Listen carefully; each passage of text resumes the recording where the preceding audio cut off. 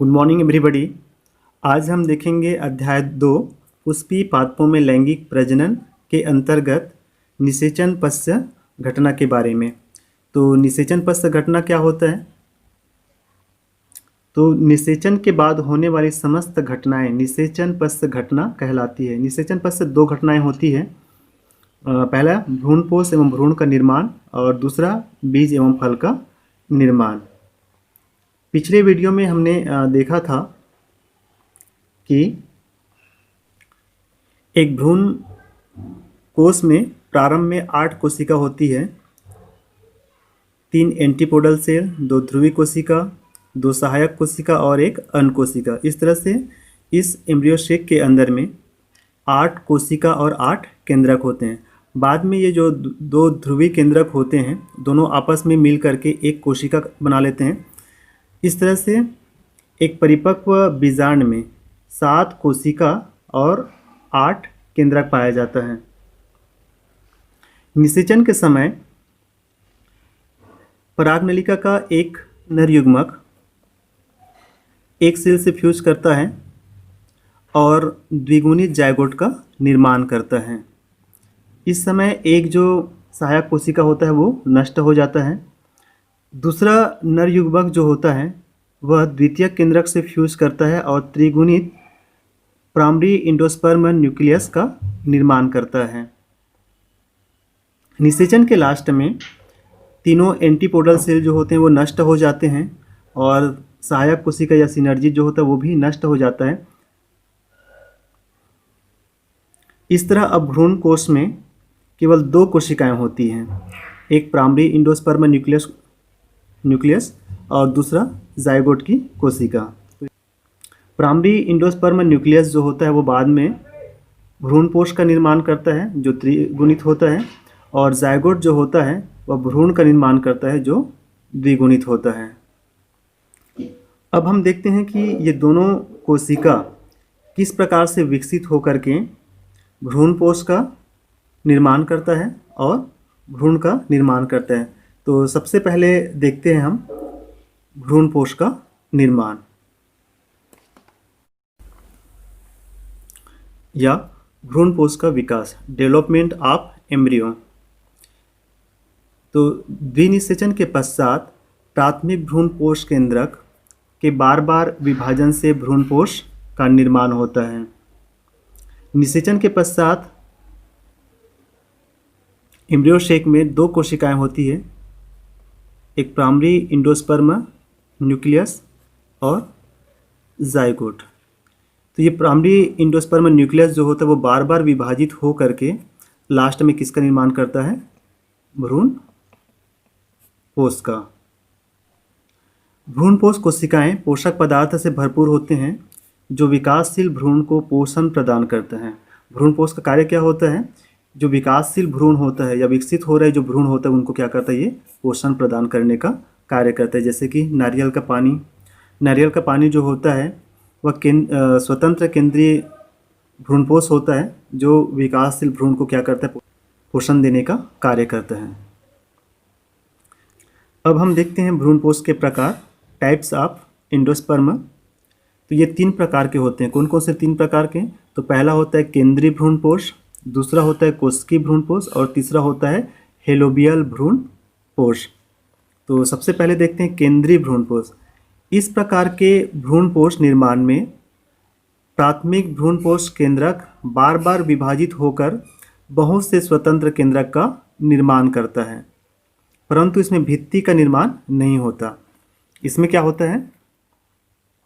जैसे कि ये प्राइमरी एंडोस्पर्म न्यूक्लियस जो होता है वो बार बार विभाजित होकर के क्या करते हैं? बहुत सारे केंद्रक का निर्माण करता है। जैसे यहाँ पे एक केंद्रक है, एक बार विभाजित होगा तो ये 2 केंद्रक बनाएगा, 2 से 4, 4 से 8, 8 से 16, 32, इस तरह से बहुत सारे क्या करता है? ये स्वतंत्र केंद्रकों का निर्माण करता है, लेकिन इनके बीच में भित्ति का निर्माण नहीं होता। बाद में इसके मध्य भाग में रिक्तिका बन जाता है जिसके बाहरी परिधि भाग में केंद्रक व्यवस्थित हो जाता है। बाद में क्या होता है? इसके ये जो सेंटर वाला भाग होता है इसमें किसका निर्माण हो जाता है? रिक्तिका का। और जितने भी केंद्रक होते हैं वे सभी जो होते हैं वे परिधि भाग में क्या हो जाते हैं, व्यवस्थित हो जाते हैं। कुछ समय बाद रिक्तिका समाप्त हो जाती है और परिधि भाग से इसमें भित्ति का निर्माण होने लगता है। बाद में ये जो रिक्तिका होता है ये समाप्त हो जाता है और इनके परिधि भाग से क्या होता है, भित्ति का इस प्रकार से निर्माण होने लगता है।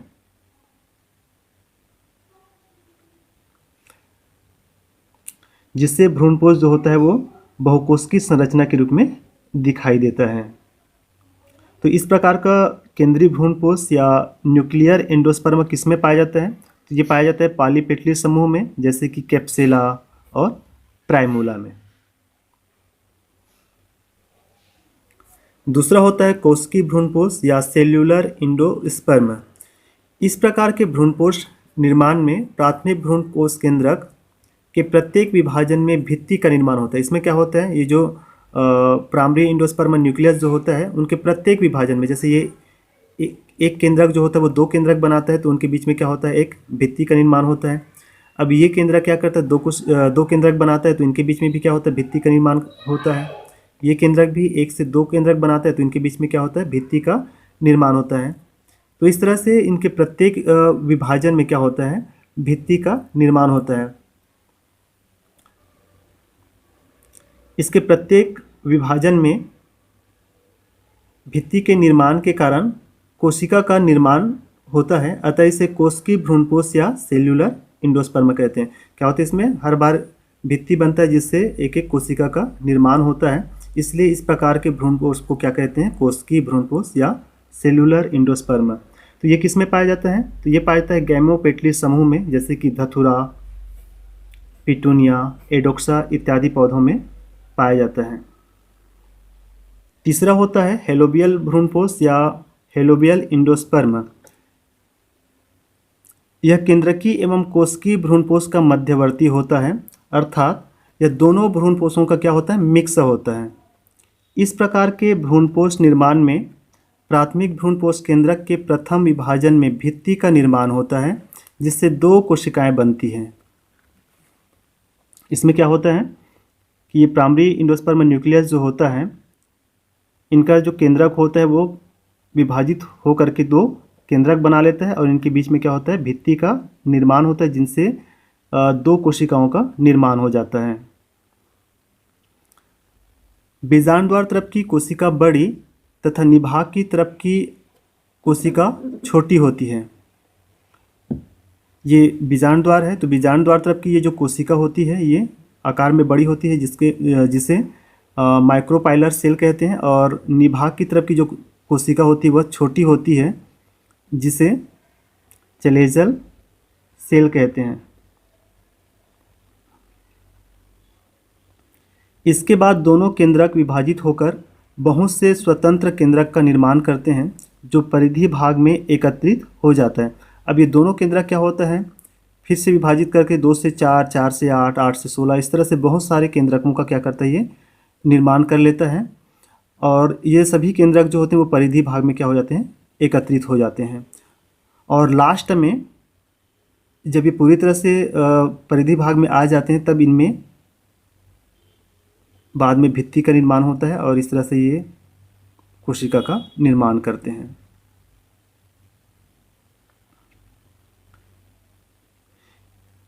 हेलोबियल भ्रूणपोष को मध्यवर्ती क्यों मानते हैं दोनों भ्रूणपोष का, क्योंकि इसमें पहले विभाजन में क्या होता है, भित्ति का निर्माण होता है, जो कि कोशिकीय भ्रूणपोष की तरह होता है। और बाद में इसमें क्या होता है, स्वतंत्र केंद्रक का निर्माण होता है, जो केंद्रीय भ्रूणपोष के जैसा होता है। इसलिए हेलोबियल भ्रूणपोष को दोनों का क्या कहते हैं, मिक्स कहते हैं। तो इस प्रकार का भ्रूणपोष जो होता है वह एक बीजपत्री के हेलोबियल सदस्य जैसे कि वैलिस्नेरिया, हेलोफिला इत्यादि में पाया जाता है। क्योंकि ये हेलोबियल सदस्यों में पाया जाता है, इसलिए इसको क्या बोलते हैं, हेलोबियल भ्रूणपोष। अब हम देखते हैं भ्रूणपोष के कार्य। तो भ्रूणपोष के क्या क्या कार्य हैं, तो भ्रूणपोष कोशिकाओं में पोषक पदार्थ पाया जाता है जो विकसित हो रहे भ्रूण को पोषण प्रदान करता है। भ्रूणपोष की सभी कोशिकाओं में क्या होता है, पोषक पदार्थ होता है, कार्बोहाइड्रेट, प्रोटीन वगैरह इसमें पाया जाता है, जो विकसित हो रहे भ्रूण को क्या करता है, पोषण प्रदान करता है। दूसरा, बीज के अंकुरण के समय भ्रूणपोष नवोद्भिद को भोजन प्रदान करता है। कुछ जो बीज होते हैं जिसमें भ्रूणपोष आ जाता है, ये भ्रूणपोष जो होता है वो अंकुरण करते हुए समय जो नवोद्भिद पौधा होता है उनको क्या करता है, भोजन प्रदान करने का कार्य करता है। भ्रूणपोष का विकास कैसे होता है हमने देख लिया। अब देखते हैं भ्रूण का विकास या भ्रूणोद्भव। तो भ्रूणोद्भव क्या होता है? भ्रूण के विकास को या युग्मनज से परिपक्व भ्रूण बनने तक की अवस्था को भ्रूणोद्भव कहते हैं। भ्रूणोद्भव क्या होता है या एम्ब्रियोजेनी क्या होता है? तो युग्मनज से परिपक्व भ्रूण बनने तक की पूरी अवस्था को ही क्या कहते हैं, भ्रूणोद्भव या एम्ब्रियोजेनी। द्विबीजपत्री पौधे और एक बीजपत्री पौधे के भ्रूण विकास में कुछ अंतर पाया जाता है। तो सबसे पहले हम देखते हैं द्विबीजपत्री पौधों में भ्रूण का विकास। इसका प्रारूपिक उदाहरण होता है कैप्सेला ब्रूसा पेस्टोरिस। कैप्सेला में जिस प्रकार से भ्रूण का विकास होता है उसी प्रकार से अन्य सभी द्विबीजपत्री पौधों में भ्रूण का विकास होता है। तो देखते हैं द्विबीजपत्री पौधे कैप्सेला में किस प्रकार से भ्रूण का विकास होता है। तो इसमें सबसे पहले जायगोट के अनुप्रस्थ विभाजन से दो कोशिकाएं बनती हैं। जैसे हमने पहले ही देखा था कि भ्रूण कोश में क्या होता है, दो कोशिका होता है, एक तो प्राइमरी इंडोस्पर्म न्यूक्लियस और दूसरा होता है जायगोट। तो जायगोट की जो कोशिका होती है वो अनुप्रस्थ विभाजन के द्वारा क्या करता है, दो कोशिका का निर्माण करता है। इसमें बीजांड द्वार तरफ की ओर स्थित कोशिका को आधारी कोशिका या बेसल सेल तथा निभाग की तरफ की जो कोशिका होती है उसे अग्रस्थ कोशिका या टर्मिनल सेल कहते हैं। इसमें क्या करता है, सबसे पहले ये जायगोट की जो कोशिका होती है, जायगोट की जो कोशिका होती है वो अनुप्रस्थ विभाजन द्वारा या ट्रांसवर्स डिवीजन के द्वारा क्या करता है, दो कोशिका का निर्माण करता है। जो माइक्रोपाइल होता है इधर की ओर एक कोशिका होती है कहलाता है बेसल सेल, और ऊपर की तरफ की जो दूसरी कोशिका जो बनती है वो कहलाता है टर्मिनल सेल। टर्मिनल सेल से बाद में एम्ब्रियो का या भ्रूण का निर्माण होता है, इसलिए इसको एम्ब्रियोनल सेल भी कहते हैं। और बेसल सेल से बाद में क्या होता है, सस्पेंसर या निलंबक का निर्माण होता है, इसलिए इसको क्या कहते हैं, सस्पेंसर सेल भी कहते हैं।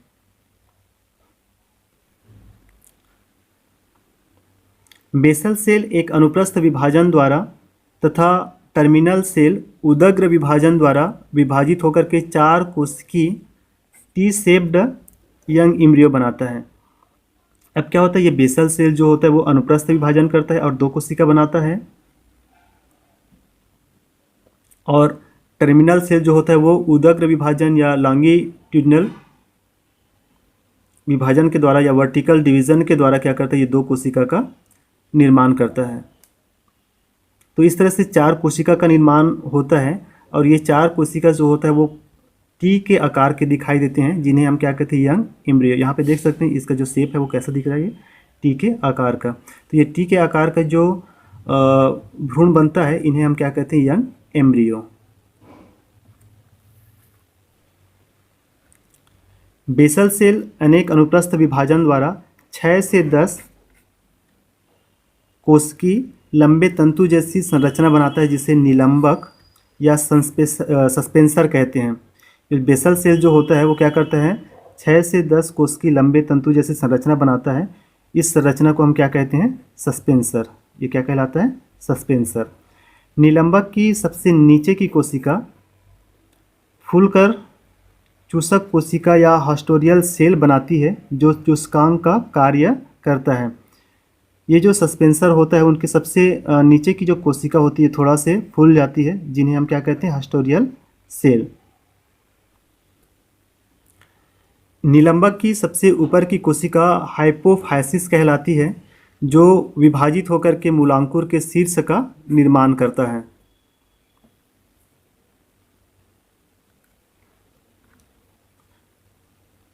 तो निलंबक की सबसे निचली कोशिका जो होता है वो फूल करके हास्टोरियल सेल का निर्माण करता है, जो चूसक की तरह कार्य करता है। और ये जो हास्टोरियल सेल जो होता है वह विकसित हो रहे भ्रूण को पोषण प्रदान करता है, क्योंकि ये पोषक पदार्थों को एंडोस्पर्म से अवशोषित करता है और जो विकसित हो रहे भ्रूण जो होते हैं उनको सप्लाई करता है। सस्पेंसर की ऊपर की तरफ की जो कोशिका जो होता है वो कहलाता है हाइपोफाइसिस, और इसी हाइपोफाइसिस के द्वारा बाद में जो मूलांकुर होता है या रेडिकल होता है उनका शीर्ष भाग का निर्माण होता है। इसी समय दोनों टर्मिनल सेल अनुप्रस्थ विभाजन द्वारा 4 भ्रूणी कोशिकाओं का निर्माण करती है। अब ये जो टर्मिनल सेल जो होता है ये अनुप्रस्थ विभाजन करता है इस प्रकार से, और ये 4 कोशिका का निर्माण करता है, जो पुनः विभाजित होकर के 8 कोशिका या ऑक्टेन बनाती है। ये जो चारों टर्मिनल सेल जो होते हैं ये फिर से विभाजन करते हैं और विभाजित होकर के ये कितने कोशिका का निर्माण करते हैं? 8। तो इन 8 कोशिका को हम क्या कहते हैं? ऑक्टेंट या अष्टांशक। अष्टांशक की 8 सेल परिणित विभाजन द्वारा विभाजित होकर बाह्य त्वचा की एक परत बनाती है, जो अपनत विभाजन या एंटीक्लिनल डिवीजन के द्वारा विभाजित होकर के डर्मेटोजन स्तर बनाता है। ये ऑक्टेंट की जो 8 कोशिका जो होती है ये क्या करता है? एक तो एंटीक्लिनल डिवीजन करता है और पेरिक्लिनल डिवीजन करता है, और किसका निर्माण करता है? ये एक बाह्य परत का, जिनको हम क्या बोलते हैं? डर्मेटोजन। अंदर की ओर स्थित कोशिकाएं उदग्र तथा अनुप्रस्थ विभाजन द्वारा प्लीरोम तथा मध्य में पेरीब्लेम का निर्माण करती है। इसमें अंदर की सबसे अंदर की जो कोशिका होती है वो किसका निर्माण करते हैं? प्लीरोम का, और इसके बाहर की तरफ की जो कोशिका होती है ये किसका निर्माण करता है? पेरीब्लेम का। पेरीब्लेम जो होता है वो बाद में कॉर्टेक्स का निर्माण करता है, और प्लीरोम जो होता है वो बाद में स्टीलर सिस्टम का निर्माण करते हैं, स्टील बनाता है। मतलब वस्कुलर जो बंडल जो होते हैं जाइलम फ्लोएम, उनका निर्माण जो होता है वो किसके द्वारा होता है? प्लीरोम के द्वारा। और पेरीब्लेम क्या करता है? कॉर्टेक्स का निर्माण करता है। बाद में ये जो भ्रूण होता है वो पुनः वृद्धि करता है और ये हृदय के आकार का हो जाता है। इस समय भ्रूण वृद्धि करके हृदयाकार हो जाता है या हार्ट शेप हो जाता है, तथा दोनों बीजपत्र बड़े होकर के मुड़ जाते हैं। अब क्या होता है? जो एम्ब्रियो होता है वो थोड़ा सा बड़ा हो जाता है और हार्ट शेप में दिखाई देता है ये इस प्रकार का, और ये उसका ऊपरी भाग जो होता है ये बाद में बीजपत्र का निर्माण करता है, जो थोड़ा सा बड़ा होकर के क्या होता है? ये मुड़ जाता है। परिपक्व भ्रूण में बीजपत्र एक अक्ष से जुड़े रहता है। अक्ष का ऊपरी भाग इपिकोटाइल होता है, जिसका शीर्ष भाग प्रांकुर या प्लम्यूल, तथा निचला भाग हाइपोकोटाइल होता है, जिसका शीर्ष भाग मूलांकुर या रेडिकल कहलाता है। परिपक्व भ्रूण में बीजपत्र एक अक्ष से जुड़ा होता है। परिपक्व भ्रूण में बीजपत्र जो होता है एक अक्ष से जुड़ा होता है। अक्ष का ऊपरी भाग इपिकोटाइल कहलाता है। ये अक्ष का ये ऊपरी भाग जो होता है वो इपिकोटाइल कहलाता है, जिनका शीर्ष जो होता है वो प्लम्यूल या प्रांकुर कहलाता है, और इस अक्ष का निचला भाग जो होता है वो कहलाता है हाइपोकोटाइल, और इनका शीर्ष जो होता है वो कहलाता है रेडिकल या मूलांकुर। अब हम द्विबीजपत्री पौधों में भ्रूण के विकास को चित्र की सहायता से एक बार और समझ लेते हैं। तो सबसे पहले क्या होता है? ये जो भ्रूण कोष होता है उसके अंदर में 2 कोशिकाएं होती है, एक तो प्राइमरी इंडोस्पर्म न्यूक्लियस और दूसरा क्या था? जायगोट। तो ये जायगोट की एक जो कोशिका होता है वो सबसे पहले क्या करता है? अनुप्रस्थ विभाजन करता है और 2 कोशिका का निर्माण करता है। माइक्रोपाइल की तरफ बेसल सेल, और चलेजा वाले भाग की तरफ किसका निर्माण करता है? ये टर्मिनल सेल। टर्मिनल सेल से बाद में एम्ब्रियो का निर्माण होता है, इसलिए इसको एम्ब्रियोनल सेल भी कहते हैं। और बेसल सेल से क्या होता है? सस्पेंसर का निर्माण होता है, इसलिए इसको क्या बोलते हैं? सस्पेंसर सेल। अब ये दोनों कोशिका जो होते हैं वो विभाजित होती है, तो बेसल सेल जो होता है वो अनुप्रस्थ विभाजन के द्वारा क्या करता है? ये 2 कोशिका का निर्माण करता है। एक बेसल सेल से कितने कोशिका का निर्माण होता है? 2 कोशिका का। और वैसे ही टर्मिनल सेल जो होता है वो उदग्र विभाजन करता है, वर्टिकल डिवीजन करता है, और ये भी 2 कोशिका का निर्माण करता है। तो इस तरह से 4 कोशिका का निर्माण होता है, जो देखने से किसके जैसा दिखाई देता है, टी के जैसे। तो ये टी शेप्ड जो भ्रूण होता है, इन्हें हम यंग एम्ब्रियो कहते हैं। ये चारों कोशिका जो होता है वो टी शेप्ड होता है, जिन्हें हम क्या कहते हैं, यंग एम्ब्रियो। अब ये दोनों बेसल सेल जो होता है वो पुनः अनुप्रस्थ विभाजन करता है और लगभग 6 से 10 कोशिकी लंबे तंतु जैसे संरचना का निर्माण करते हैं, जिन्हें हम क्या कहते हैं, निलंबक या सस्पेंसर। बेसल सेल क्या किया, विभाजित हुआ और 6 से 10 कोशिकी लंबे तंतु जैसे संरचना का निर्माण किए, जिसे हम क्या कहते हैं, सस्पेंसर। ये जो सस्पेंसर की सबसे निचली जो कोशिका होती है, ये आकार में फूली हुई होती है या फूल जाती है, जिन्हें हम हॉस्टोरियल सेल या चूसक कोशिका कहते हैं। और ऊपर की तरफ की ये जो कोशिका होती है वो कहलाती है हाइपोफाइसिस। तो हाइपोफाइसिस जो होता है वो बाद में मूलांकुर के शीर्ष वाला भाग बनाते हैं। जैसे यहाँ पे देख सकते हैं कि ये वाला भाग जो है वो मूलांकुर का शीर्ष वाला भाग है। तो इस भाग का निर्माण किसके द्वारा होता है, हाइपोफाइसिस के द्वारा। और हास्टोरियल सेल या चूसक कोशिका जो होता है, ये क्या करता है, तो ये भ्रूणपोष से पोषक पदार्थों को अवशोषित करके भ्रूण को प्रदान करता है। जैसे यहाँ पे देखिए, ये क्या है, हास्टोरियल सेल है, और ये पूरा क्या है, ये भ्रूणपोष है ना, भ्रूणपोष केंद्रक यहाँ पे दिख रहे हैं। तो ये पूरे भ्रूणपोष में क्या होता है, पोषक पदार्थ भरा होता है, जिसे ये जो चूसक कोशिका होता है वो क्या करता है, इन सबको अवशोषित करता है और किसको प्रदान करता है, ये जो विकसित हो रहे हैं जो भ्रूण होते हैं उनको ये सप्लाई करता है।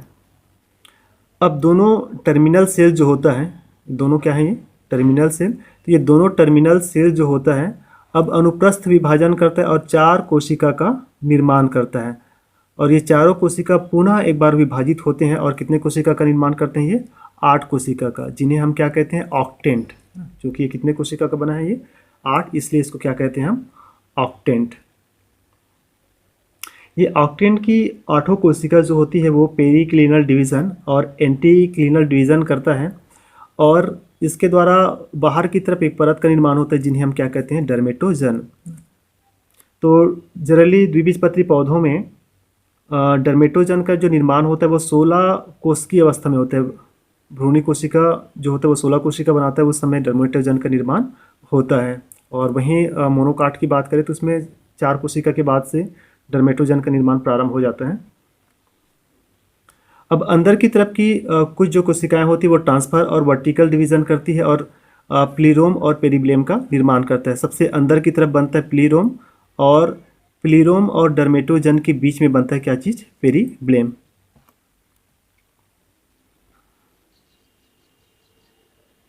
बाद में प्लीरोम जो होता है वह स्टीलर सिस्टम का निर्माण करता है और पेरिब्लेम जो होता है वो कॉर्टेक्स का निर्माण करता है। इस समय भ्रूण जो होता है वो वृद्धि करके हार्ट शेप हो जाता है, हृदय के आकार का हो जाता है।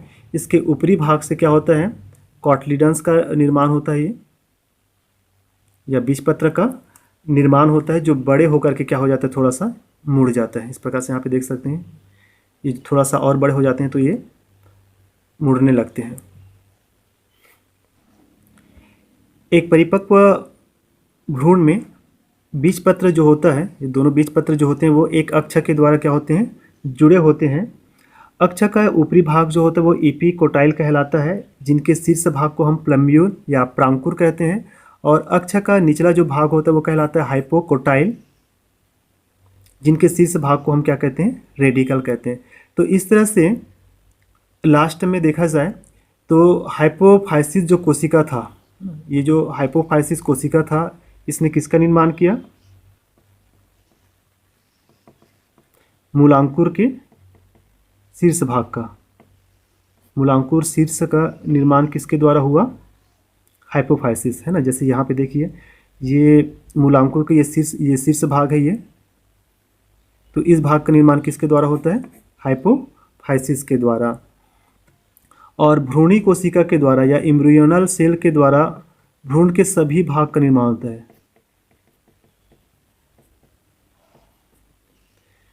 चाहे वो एपिकोटाइल हो, हाइपोकोटाइल हो या प्लम्यूल हो या रेडिकल हो। तो इस तरह से भ्रूण के जितने भी भाग होते हैं उन सभी का निर्माण जो होता है वो किसके द्वारा होता है, भ्रूणी कोशिका के द्वारा होता है।